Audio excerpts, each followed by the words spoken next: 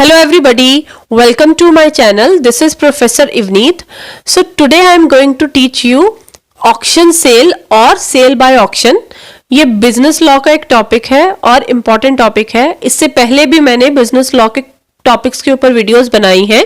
अगर आप लोगों ने वो वीडियोस नहीं देखी हैं तो मैं उसका लिंक ऊपर आई बटन और नीचे डिस्क्रिप्शन बॉक्स में दे दूंगी, तो आप चेक कर लीजिएगा. So without wasting any time let's get started.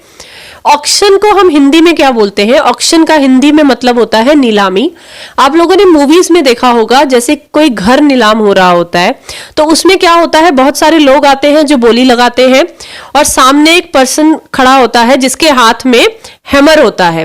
Okay, तो सपोज अगर एक घर की बोली जो है वो 20 लाख से स्टार्ट हुई है, तो सामने से जो लोग होते हैं उनमें से बिड करना स्टार्ट करते हैं. जैसे एक पर्सन ने बिड किया 25 लाख, तो जो ऑक्शनियर होता है वो बोलता है 25 लाख 1, 25 लाख 2. उससे पहले ही कोई और बोल देता है 30 लाख, तो फिर ऑक्शनियर बोलता है 30 लाख 1, 30 लाख 2. उससे पहले कोई और बोल देता है पब्लिक में से 40 लाख, तो फिर ऑक्शनियर बोलता है 40 लाख 1, 40 लाख 2 और 40 लाख 3 पे वो हैमर फॉल कर देता है, गिरा देता है. उससे पहले कोई कुछ नहीं बोलता. तो इट मींस जैसे ही वो हैमर को नीचे गिराता है तो ये माना जाता है कि वो जो घर है वो 40 लाख में सेल हो गया है उस पर्सन को जिसने हाईएस्ट बिड लगाई है. तो इसको हम बोलते हैं ऑक्शन. ओके, अब हम इसको पढ़ लेते हैं, इसका क्या मीनिंग होता है. Meaning of sale by auction और auction sale. A sale by auction is a public sale. ये एक पब्लिक सेल होती है जिसमें कोई भी आ सकता है पब्लिक में से. Where the goods are offered to be sold, जिसमें गुड्स उस इंसान को सेल किए जाते हैं, उस इंसान को बेचे जाते हैं. Who makes the highest price for the goods, जो गुड्स का हाईएस्ट प्राइस बोलता है या फिर जो हाईएस्ट बिड लगाता है, जो सबसे ऊंची बोली लगाता है, उसको हम बोलते हैं sales by auction. The person inviting the bid, जो इंसान बिड इनवाइट कर रहा होता है उसको हम ऑक्शनियर बोलते हैं. और ऑक्शनियर कौन होता है? वो एजेंट का एक सेलर होता है, सॉरी वो सेलर का एक एजेंट होता है जो सेलर के बिहाफ पे काम करता है. ओके, जिसके हाथ में हैमर होता है वो ऑक्शनियर होता है. अब आ जाओ salient features of an auction. Auction के क्या फीचर्स हैं? The auction is to be held at a predetermined place and a pre determined time. जो ऑक्शन होता है वो एक पहले से डिसाइड की गई प्लेस पे होता है और पहले से डिसाइड किया टाइम पे होता है. जैसे कि ऑक्शन संडे को 5 बजे है, तो पहले से टाइम डिसाइड है, पहले से प्लेस भी डिसाइड है. The auctioneer invites the prospective buyers to make a bid for the goods being auctioned. Prospective का मतलब होता है जो हो सकते हैं. तो ऑक्शनियर सबको इन्वाइट करता है बायर्स को कि आओ और गुड्स की बोली लगाओ. The invitation to bid is in a public gathering. जो बिड, जो बोली लगती है वो हमेशा पब्लिक गैदरिंग में लगती है, जहां पे बहुत सारे लोग इकट्ठा होते हैं, आते हैं वो बोली लगाने के लिए, वहीं पे जो है वो बिडिंग होती है. The description of the goods being auctioned is announced prior to the auction. Prior होता है पहले, मींस ऑक्शन स्टार्ट करने से पहले जो गुड्स बेचे जा रहे हैं उसके बारे में थोड़ा बताया जाता है कि ये गुड्स हैं और इसकी हम ऑक्शन करने जा रहे हैं. उसके बाद ही ऑक्शन जो है वो नीलामी स्टार्ट होती है. The offer made by the prospective buyer are by bidding. Offer जो है वो हमेशा बिडिंग से ही आप दे सकते हो. सपोज ऐसा नहीं हो सकता कि अगर कोई पर्सन उस घर को खरीदना चाहता है, सपोज एक घर नीलाम हो रहा है, तो अगर एक पर्सन उस घर को खरीदना चाहता है तो ऐसा नहीं है कि वो सेलर के पास डायरेक्टली जाएगा और कहेगा कि मुझे सेल कर दो. ऑक्शन में हमेशा ही आप चीज को तभी खरीद सकते हो बिडिंग से ही, मींस आपको बोली लगानी होगी और जो हाईएस्ट बिडिंग करेगा वो जो है उस चीज को खरीद पाएगा. The auctioneer makes the contract of sale with the highest bidder. जो ऑक्शनियर है वो कॉन्ट्रैक्ट ऑफ सेल सिर्फ उसी के साथ करता है जो हाईएस्ट बिड करता है, जो सबसे ज्यादा बोली लगाता है. देन नेक्स्ट इज, अब इसके रूल्स क्या हैं? ऑक्शन के रूल्स जो है वो हमारे सेक्शन 64 के अंदर दिए हुए हैं of the sales of goods act 1930. जब भी आप इसका क्वेश्चन करेंगे तो हमेशा इसके सेक्शन जरूर लिखना, क्योंकि अक्सर ऐसे होता है स्टूडेंट्स कर तो सारा आते, सारा क्वेश्चन कराते हैं, अच्छे से लिख के आते हैं, लेकिन वो सेक्शंस नहीं लिखते हैं. तो अगर आपने सेक्शन नहीं लिखा है लॉ में तो मींस आपके आधे से आधे जो है वो नंबर ऐसे ही कट जाएंगे. तो सेक्शन जरूर लिखिए लॉ में. फर्स्ट पॉइंट है, फर्स्ट रूल है, each lot is a subject matter, section 64 subsection 1 के अंडर है। When the goods offered for sale are in lots, अगर आप ऑक्शन में गुड्स जो है वो सेल कर रहे हो लॉट्स में है, अगर वो लॉट्स में गुड्स है, each lot of goods is deemed to be a subject matter of a contract of sale, तो हर लॉट जो है वो सब्जेक्ट मैटर होगा सेल के कॉन्ट्रैक्ट का। ये आपको एग्जाम्पल से ज्यादा अच्छे से समझ आएगा। देखो, एक लॉट है 30 बैग्स का, ठीक है, तो हर बैग जो है वो सेपरेट सब्जेक्ट मैटर है, separate contract of sale means हर बैग के लिए अलग कॉन्ट्रैक्ट होगा सेल का, ठीक है, 30 बैग्स का एक साथ नहीं होगा, हर बैग का अलग जो है वो सेल का कॉन्ट्रैक्ट होगा। Clear? Next is completion of contract of sale, ये सेक्शन 64 सबसेक्शन 2 के अंदर दिया गया है। A sale by auction is complete when the auctioneer announces its completion by the fall of hammer. Sale auction से तभी कंप्लीट होगी जैसे ही ऑक्शनियर हैमर को गिराता है, तभी सेल कंप्लीट होगी। Until such announcement is made by any bidder may withdraw his bid, जब तक वो हैमर को नहीं गिराता है और सेल अनाउंस नहीं करता है ऑक्शनियर, तब तक बिडर के पास ये हक है कि वो अपनी बिड को वापस भी ले सकता है। सपोज अगर किसी ने 50 लाख की बिड लगाई है, ठीक है, तो अभी ऑक्शनियर ने हैमर फॉल नहीं करा है, तो उससे पहले वो 50 लाख की बिड वापस भी ले सकता है, ठीक है। और ये किस प्रिंसिपल पे बेस है? ये प्रिंसिपल जब मैंने आपको इंडियन कॉन्ट्रैक्ट एक्ट पढ़ाया था तो मैंने आपको बताया था कि ऑफरर जो होता है वो तब तक वो अपने ऑफर को कभी भी वापस ले सकता है, लेकिन तब तक जब तक उसे एक्सेप्ट ना किया गया हो। अगर दूसरी पार्टी ने उसे एक्सेप्ट कर लिया तो ऑफर अपने ऑफर को वापस नहीं ले सकता, क्योंकि अदरवाइज वो फिर कॉन्ट्रैक्ट ब्रीच माना जाएगा, ठीक है। तो same is the case hair कि जब तक वो हैमर जो है वो फॉल नहीं होगा तब तक जो बिडर है वो अपनी बिड को वापस ले सकता है। विड्रॉ मतलब वापस ले सकता है कि नहीं मैं नहीं खरीद रहा, लेकिन जैसे ही हैमर फॉल हो गया तब बाद में वो अपनी बिड को वापस नहीं ले सकता, ठीक है, नहीं तो फिर ये ब्रीच ऑफ कॉन्ट्रैक्ट माना जाएगा कि आपने कॉन्ट्रैक्ट को तोड़ा है, ठीक है। This can be done by the bidder on the principal that each bid is only an offer by the bidder to the auctioneer and it can be withdrawal at any time before it is accepted. Okay, accept करने से पहले आप कभी भी withdraw कर सकते हो, means hammer के फॉल होने से पहले आप कभी भी विड्रॉ कर सकते हो। When the auctioneer announces the completion of sale by the fall of hammer, the sale is complete and the property in the goods passes immediately to the buyer. जैसे ही जो ऑक्शनियर है वो हैमर को गिराता है उसी समय सेल कंप्लीट हो जाती है, जो गुड्स की प्रॉपर्टी है वो इमीडिएटली बायर को ट्रांसफर हो जाती है। यहाँ पे जो प्रॉपर्टी वर्ड यूज हुआ है इसका मतलब है ओनरशिप, गुड्स की ओनरशिप उसी समय ट्रांसफर हो जाती है, ठीक है। इस पे एक एग्जांपल है जो कि केस है एक देनंत वर्सेस स्किनर का 1948 में हुआ था, उसके बेस पे ये एग्जांपल दी गई है। D sold a motor car by auction, D ने अपनी मोटर कार जो है वो ऑक्शन से बेची। It was knock down to K, knock down to K मतलब के ने सबसे ज्यादा हाईएस्ट बिड लगाई तो उसे वो बेची गई car.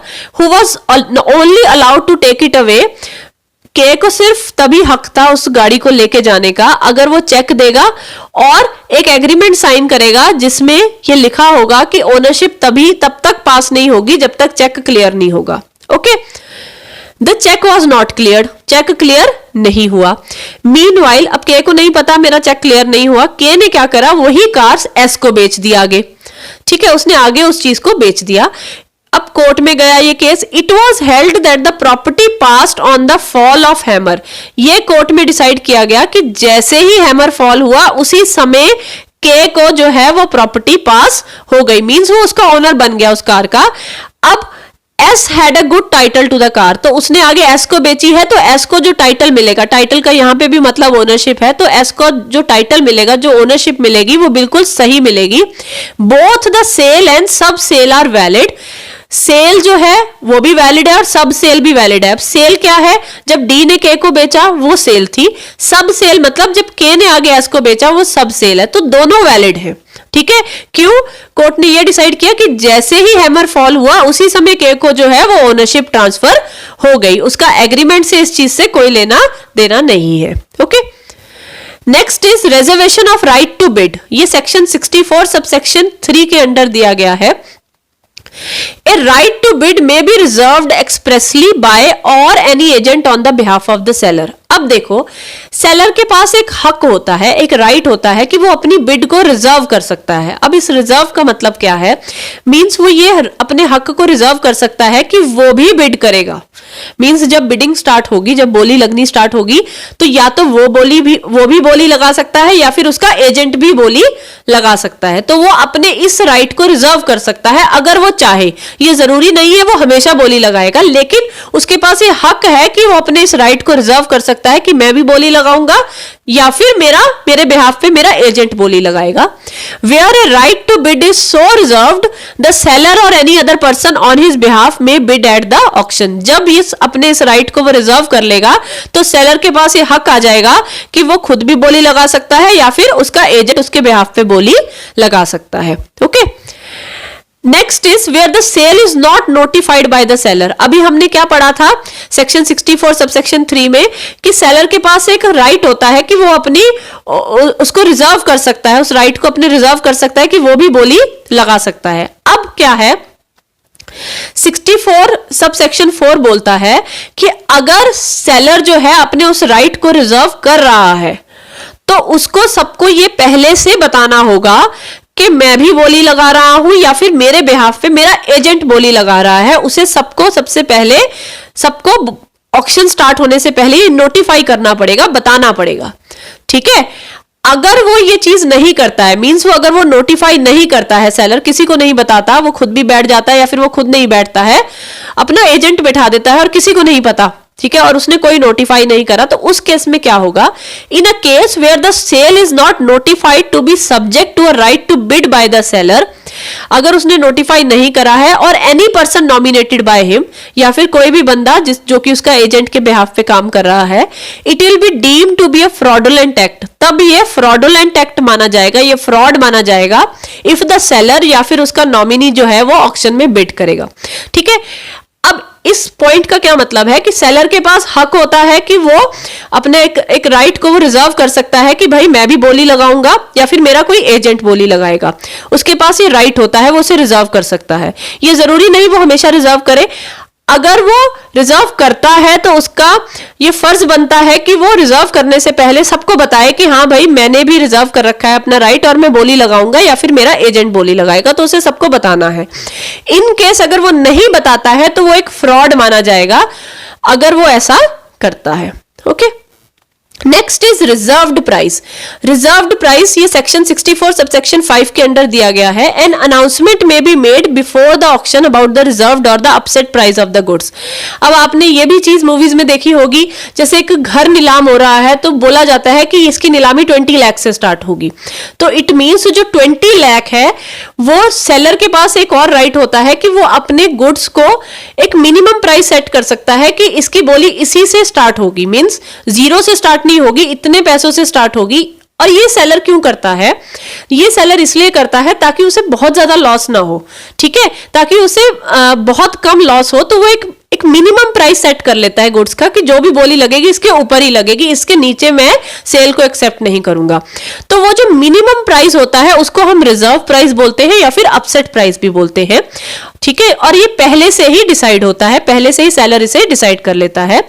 An announcement may be made before the auction about the reserved or the upset price of the goods. पहले से announcement कर दी जाती है कि ये reserved price होगा, बोली इसी के ऊपर लगेगी.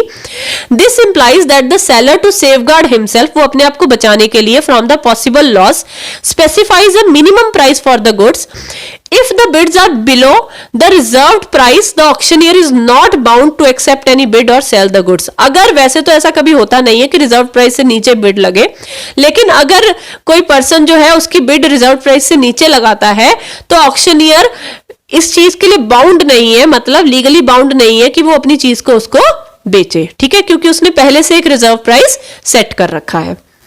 नेक्स्ट है प्रिटेंडेड बिडिंग. प्रिटेंडेड बिडिंग होता है, कई बार क्या होता है सेलर चाहता है कि उसको ज्यादा से ज्यादा प्रॉफिट हो, ठीक है। तो if a seller make use of pretended bidding to raise the price, तो सेलर चाहता है अपने प्रॉफिट को इंक्रीज करने के लिए, कई बार वो अगर ऐसा करता है कि वो जैसे अपना कोई एजेंट बिठा देता है लोगों के बीच में और उसे कहता है तू ज्यादा बोली लगाते रहना, मींस अगर वो 20 लाख लगाएगा, कोई और 30 लगाएगा, फिर वो 40 लगाएगा उसका एजेंट, फिर कोई और 50 लगाएगा। इससे क्या होता है कि जो चीज होती है उसका प्राइस ऑटोमेटिकली बहुत ज्यादा बढ़ जाता है और उससे किसको फायदा होता है? सेलर को फायदा होता है, ठीक है।